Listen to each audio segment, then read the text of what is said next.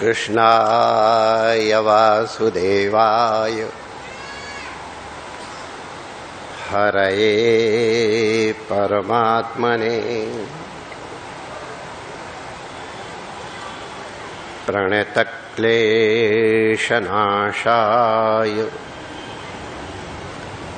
श्रीगोविन्दाय नमो नमः।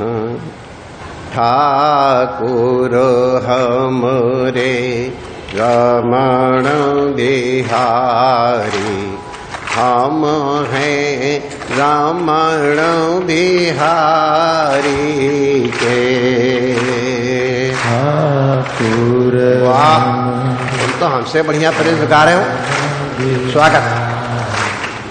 हम हैं रमण बिहारी के ठाकुर हमरे रमण बिहारी, हम हैं रमण बिहारी के ठाकुर हमरे रमण बिहारी, हम हैं रमण बिहारी के ठाकुर हमरे सद्गुरु प्यारे, हम हैं सद्गुरु प्यारे के ठाकुर हमरे सद्गुरु प्यारे,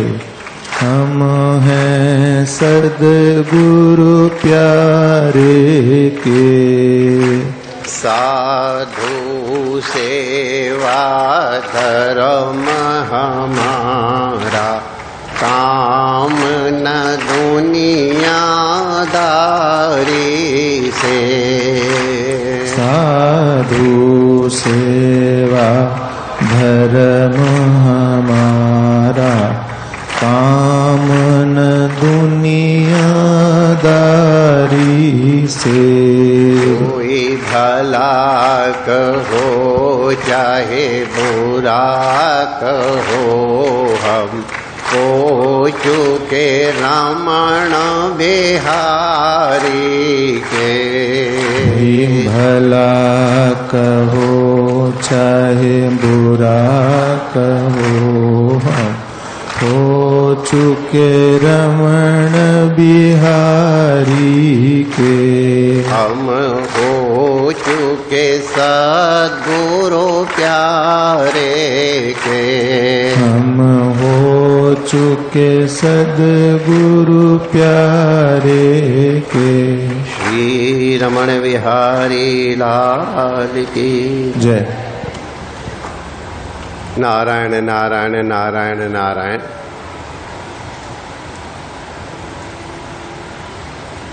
रमण रेती तो हमारा गुरुस्थान है ही, लेकिन दक्षिणामूर्ति भी हमारा गुरुस्थान है। गुरु भाई ध्यान रखना, इसीलिए हमारे यहाँ फोटो लगाई। हमने बड़े महाराज से भी शास्त्र पढ़ा है, और बीच वाले महाराज जब ब्रह्म सूत्र पढ़ाते थे, अब वो उतनी उपज पढ़ाते थे, हम यहाँ रहते तब सिर तो खूब बढ़िया बढ़िया हिलाते थे, लेकिन विद्यार्थी तो आखिर हम उनके ही है। और कुछ न कुछ हो, अखाड़े में अखाड़ा गोड़ने वाला भी पहलवान हो जाता है, तो इस तरह से तो हमारी परंपरा है। और कभी जरूरत पड़े तो हमारे गुरु भाई भी, यद्यपि इनके पहले हम दक्षिणामूर्ति में रहे, लेकिन पद के हिसाब से ये हमारे उस गुरुपीठ में, इसलिए इनको मैं उसी रूप में वंदन करता हूँ, करना चाहिए। तो हम लोग साथ साथ काशी में रहे, और जिस पवित्रता से महाराज ने काशी वास किया है और जिस तरह से शास्त्र अध्ययन किया है, अब वो तो आप लोग हमसे ज़्यादा जानते हो, हम क्या बड़ाई करें और क्या कहें। तो हमारे काशीवास की बात है, हम प्रातः काल स्नान करके और विश्वनाथ अन्नपूर्णा के दर्शन करके आते, और संध्या समय जब ये सब हो जाता था तो फिर गंगा जी जाते तो एक नाव खड़ी रहती, तो उस नाव से हम खुद चला करके उस पार जाया करते थे। परवर्ती काल में जब हम विद्या भवन में चले गए तब वहाँ पर ये नियम केदार घाट के लिए हो गया। भगवान केदारेश्वर के जल चलता था और संध्या समय केदार घाट से नाव लेके हम उस पार जाया करते थे। ये भूमिका इसलिए बता रहे हैं कि एक दिन की घटना हम आप लोगों को बता रहे हैं, अपने काम की इसलिए बता रहे हैं। और महाराज बैठे तो हमको काशी की याद तो आती ही है, चाहे कहीं चले जाओ बैकुंठ में, यार काशी छूटती नहीं है कभी। तो काशी तो काशी है। और इसीलिए अगर काशी आनंदवन है तो वृंदावन ब्रज भी आनंदवन है, इसलिए हमको भगवान ने वहां रख दिया तो हमको कुछ संतोष तो है ही। तो प्रातःकाल उस दिन की घटना बता रहे हैं। सवेरे गंगा स्नान किए और गंगा स्नान करके कमंडलू भर के और केदारेश्वर के ऊपर जल अर्पित करने के लिए हम प्रस्तुत होकर चल रहे थे। तो हम विज्ञान के विद्यार्थी थोड़ा क्यूरियस देखा, एक केदार घाट के बगल में ही धोबी घाट है। और काशी की बड़ी बढ़िया परंपरा है, जिस घाट पे संत या विप्र स्नान कर रहे हो तो उस पे कोई साबुन आबुन नहीं लगाता है। मीर घाट तो पंडितों के लिए दे ही दिया गया, वहां तो केवल पंडित ही जाएंगे, सन्यासी प्राय नहीं जानते हो। जाओ सवेरे मीर घाट में तो वो अवच्छेद का अवच्छिन्न फकीकाएं सुनने को मिलती, को आनंद आ जाए। अभी भी होगा संभवतः, पता नहीं, उस समय तो था। तो हम जल लेके जा रहे थे, बगल में धोबी घाट था। धोबी घाट पे एक धोबी गधे के कान को पकड़ के खड़ा हुआ था, बड़ा चिंतित सा। तो हमको लगा क्या चिंता का विषय है। तो वहां से एक दंडी स्वामी जी निकले। काशी का निवास अद्भुत है, वहां सन्यासी ये सब साथ साथ रहते हो, आपस में बड़ा सौमनस्य, बड़ा प्रेम है। तो ऊपर से दंडी स्वामी जी पूछते, वहां की भाषा में बोल रहा हूं, अरे का हो, काहे ठाड़ हुआ, गधा हवा कान पकड़े, कपड़ा अपना धोवाई का। मतलब समझ गए कि तुम गधे के कान पकड़े खड़े हो, कपड़ा अपना नहीं धोगे क्या। तो धोबी कहता, अरे सरकार का कोई आज गदहवा का सदनमा भुला गईली हो, गदहवा भाग जाई तो संध्या के कपड़वा कैसे जाई। इसकी अगर सरल व्याख्या हम कर दें तो गधे के पीछे के पैर बांधने के लिए कितनी बड़ी रस्सी होती, मोटी से, उसको सदना कहते हैं। तो उससे दोनों पैर पीछे बांध करके खड़ा कर देते हैं। दिन भर धोबी कपड़ा धोता है, धो करके सुखाता है और उसको बांध करके, और उस बड़ी वाली वो पुतली को मोटरी कहते हैं, मोटरी।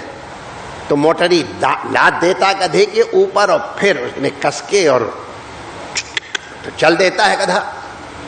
और कभी कभी उसकी मौज होती है तो फिर खुद भी सवार हो जाता है। तो सरकार गधावा भाग जाई तो का करब। तो वो तो फिर वेदांत के पढ़े हुए थे विद्वान, काशी के थे।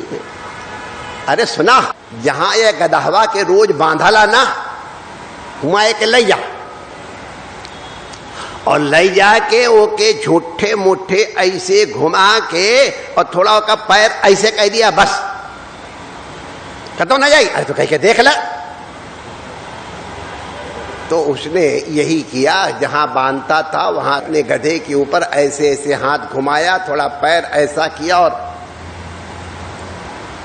अब बाहर अभी संदेह तो था ही, पूर्णतया श्रद्धालु तो था नहीं, साथ साथ दोनों बार तत्वमसी कहना पड़ता है। तो उसको भी एकदम से कैसे हो। तो देखा कि हाँ, गधा 3 पैर तो हिला रहा है, लेकिन वो पैर केफ और कांस्टेंट की तरह वहीं स्थिर है। संतुष्ट हो गया, वाह, अरे बड़ा स्थिर बाबा। 1 साल तक करवा कपड़ा फ्री धोई, चला और कपड़ा धोया। अब संध्या के समय कपड़ा दिन भर धोया होगा, दिन भर धो धा करके सुखा करके मोटरी बांध के, और उसका गधा एकदम रेडी है। और फिर गधा के धोबी परेशान, गधे को मार भी रहा है, फिर भी गधा हिल नहीं रहा। और ना तो संडासी भैले हैं, हमहू के बाबा जी बनई है, अरे हमार 1500 रुपया गधा नाश कई दे, चलते नहीं खे। और हम तमाशा देख रहे हैं। तब तक उधर से, अब रास्ता ही था स्वामी जी का, वही बगल में आश्रम था। तो कहा, ए बाबा जी, अरे का हो भैया, अरे हमार गदहवा नाश कई देला है, हमारे गधे का नाश कर दिया। का भाई, अरे वो चलते नहीं थे। अरे तो वो करे खोलला है कि नहीं, गधे को खोला है कि नहीं? कहते बाबा जी तो हाथ दिमाग खराब बतले बा, बाबा जी बन गई है और हमरो दिमाग खराब करीबा, हमारा दिमाग भी खराब करोगे। अरे वो के बंधली का भज वो के खोली। तो बाबा जी ने कहा अरे जैसे झूठे मुठ्ठे ओके बंधला है ना, और वैसे ही झूठे मुठ्ठे खोल दा।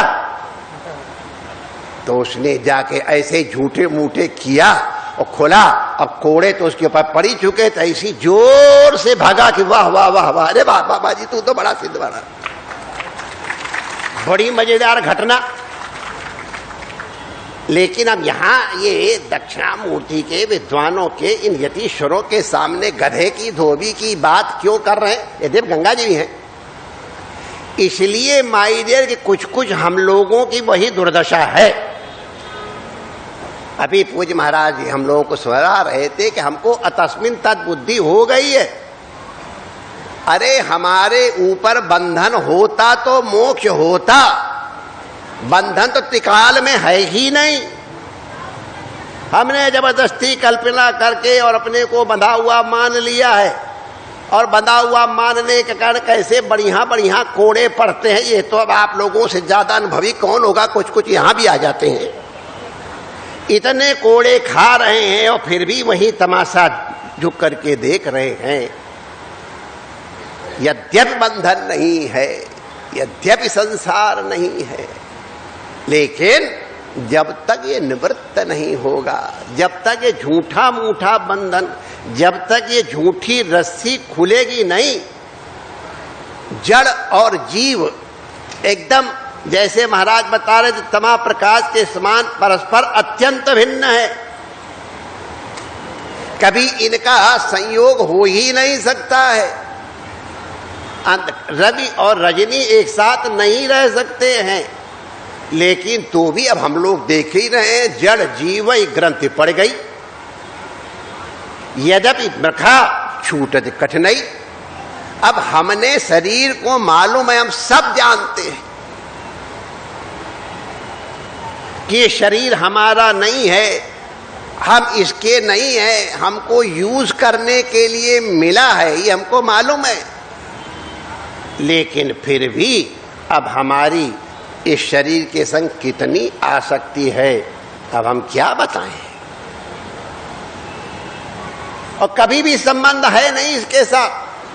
हम कहते मेरा शरीर मेरा शरीर मेरा शरीर, और शरीर कभी नहीं कहता ये मेरा आत्मा मेरा आत्मा मेरा, तो कभी नहीं कहता, इसको कोई लेना देना है तुमसे।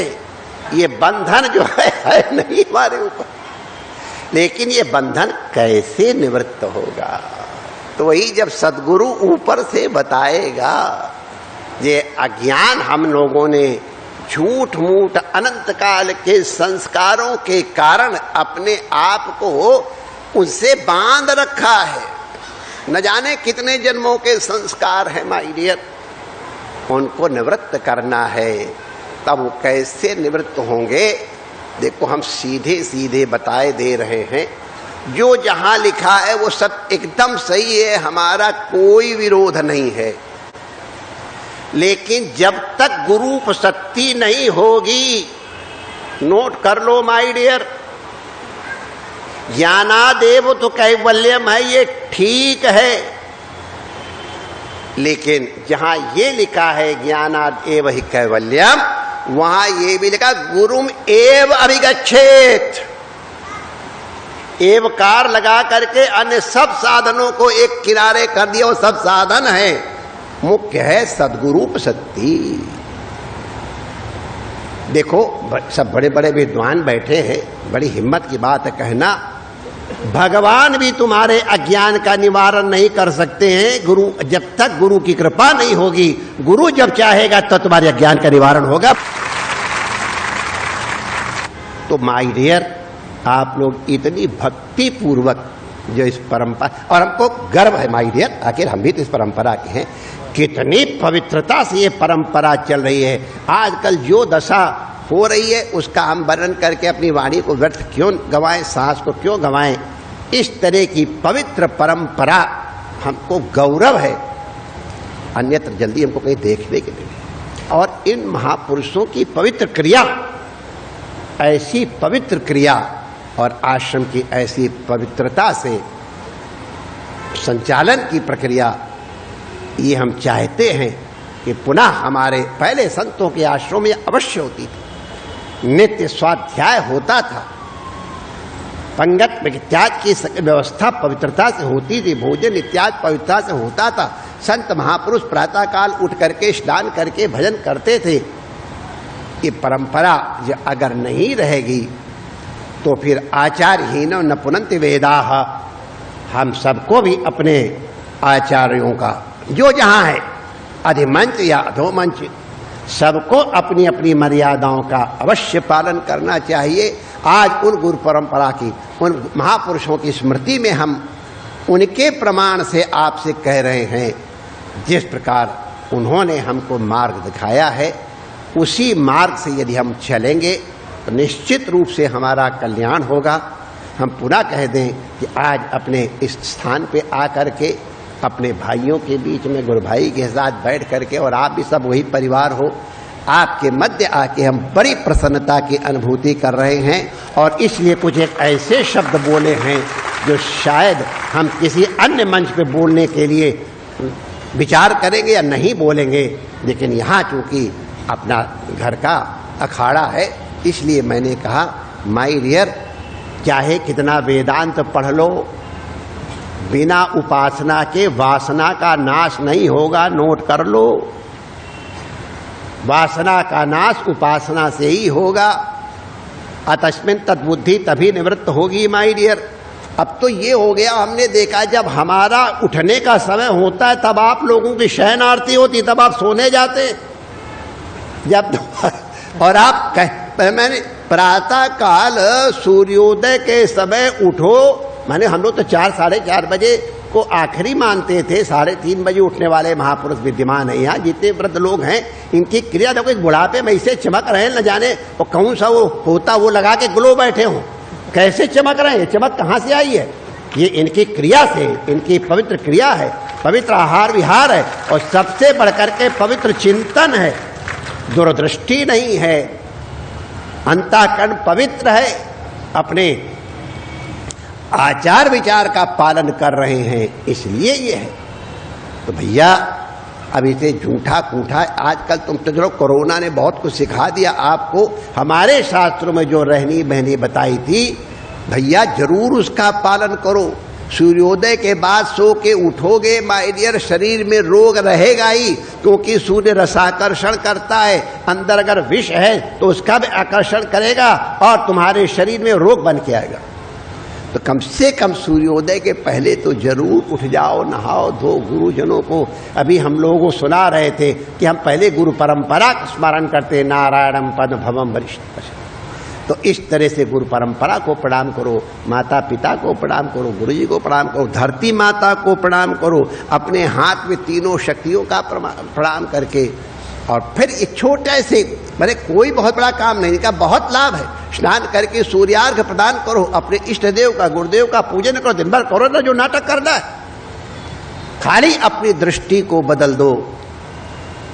हम जो कुछ कर रहे हैं अपने सदगुरु के लिए कर रहे हैं, सब कुछ सदगुरु का है या इष्टदेव का है, दोनों में से कोई भेद नहीं है। तस्मात् सर्वेषु कालेषु माम अनुस्मर, ये आदेश विधि है। युद्ध च, अपना कर्म करो, लेकिन कर्म करते समय उसको नहीं भुलाओ।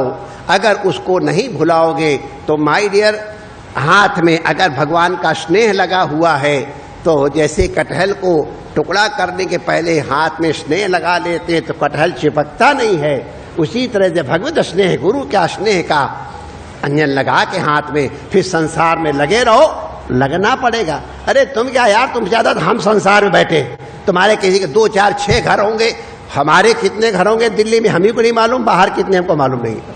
तुम्हारे ज्यादा जोर लगाते हो आजकल 1 2 3, और हमारे यहाँ तो कोई परिवार नियोजन कोई सिद्धांत नहीं है। तो तुमसे बड़े गृहस्थ हम हो करके महागृहस्थ को, लेकिन फिर भी हम लोग कैसे अलग रहते हैं। हम गुरु की छाया में बैठे हुए हैं, गुरु का स्नेह हमारे ऊपर है, हमारे इष्ट की कृपा है, तो इसलिए जरूर उपासना करो। उनकी वासना का नाश उपासना से होगा। संसार में रहे बिना काम नहीं चलेगा। अरे हम जो उड़िए सब छोड़ के चले जाए, गंगोत्री तक चले गए सबको छोड़ छाड़ के, अरे वहां भी रोटी तो चाहिए ही चाहिए। अरे बड़ा मुश्किल काम है। तुमने कहा चलो फिर वहीं चलो। तो जब तक एक रोटी एक लंगोटी भी चाहिए, संसार नहीं छूटेगा। शरीर अन्न में प्राण है, इसलिए अन्न चाहिए। तो इसलिए संसार में तो माय डियर हम भी रहते हैं, आप भी रहते हो। बस दो तरह से रहा जाता है, एक मूली गड़ी होती है और एक गाजर गड़ी होती है। मूली को जैसे ही यूं करके उखाड़ लो पूरी की पूरी साफ निकल आती है, और गाजर को निकालो तो टूट जाएगी, नहीं तो खोद खोद के निकालो तो निकलती है। आप लोग विचार करके देखो कि हमको मूली की तरह गढ़ना चाहिए कि गाजर की तरह गढ़ना चाहिए। अपने मूल से चिपके रहो माय डियर, तुम एकदम मूली की तरह संसार में रहते हुए मुक्त रहोगे। परमात्मा आप सबका मंगल करे। आप बहुत पुण्यात्मा हो जो इस पवित्र परंपरा के साथ संयुक्त हो। स्पृहणीय परंपरा, पूजनीय परंपरा, वंदनीय परंपरा है।